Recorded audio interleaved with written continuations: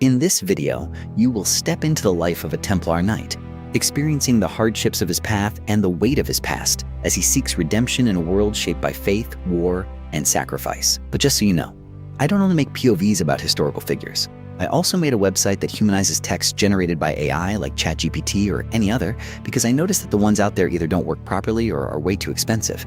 You can try it for free once just to test it out. So if you want to improve your text and also support the channel, check it out. It's pretty cheap, and the goal is to give you the best value possible. If you try it, let me know what you think. You were born around 1120 in a forgotten corner of Europe, where the land is unforgiving and winter always feels too long. Your childhood is nothing extraordinary. It is made of repeated days. Your mother is all the warmth that exists in that world. She teaches you how to pray, not as an obligation, but as a conversation. She speaks of God as someone close, almost human. Your father is the opposite, a hardened man, shaped by hunger and survival. He does not speak of faith. He speaks of reality. You grow between these two extremes. You learn to be gentle and to never show weakness. When illness comes, you are too young to understand that some things cannot be fixed. You watch your mother fade slowly, like a flame dying out, and it changes you before you even realize it.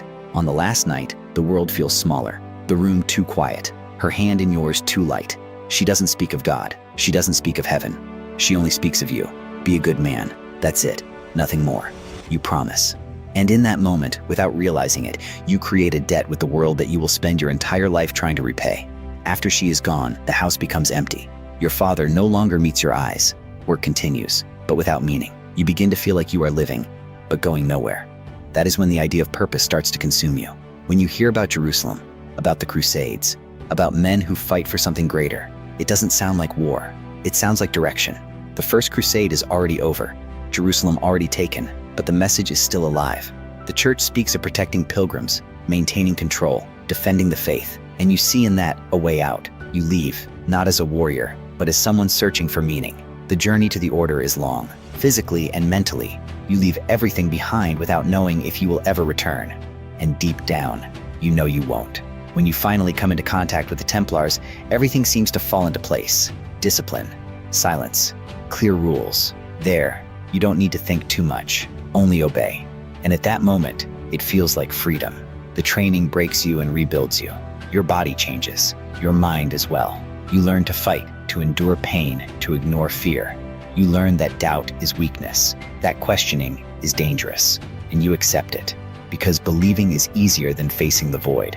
During the initiation ceremony, when the white mantle with the red cross is placed upon you, it feels heavy, heavier than it should, but you interpret it as honor. You stop being an individual.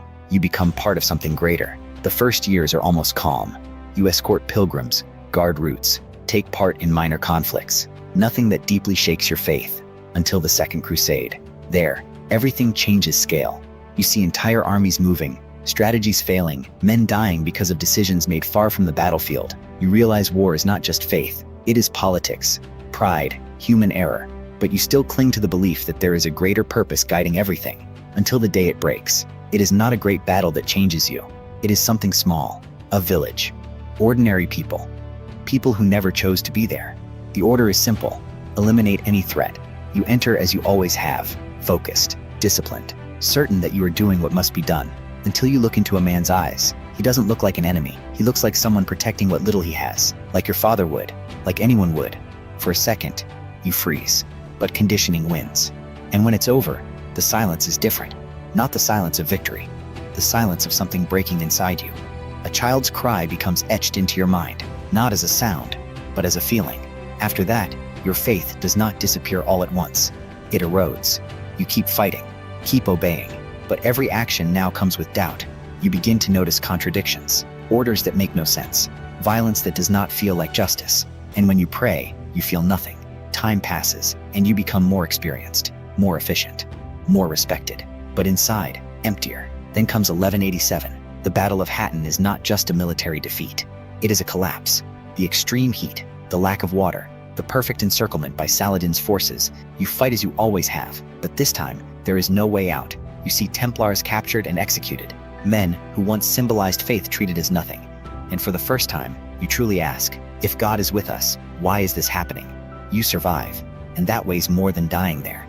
Soon after, Jerusalem falls. Everything you believed you were protecting is gone, and the Third Crusade begins, trying to reclaim what was lost. But you are no longer the same man. Faith has become doubt. Duty has become weight. And the sword, an extension of a guilt you cannot ignore. The final moment is not grand, just another village, another order. But this time, you already know where it leads. When you see a child, everything returns. Not as a distant memory, but as something present. You feel the same knot in your chest, the same sense of an impending mistake, and you cannot do it. It is not courage. It is not heroism. It is exhaustion. You simply cannot keep being that. The sword lowers, and with it, everything you were. The punishment is immediate. Expulsion, humiliation, rejection.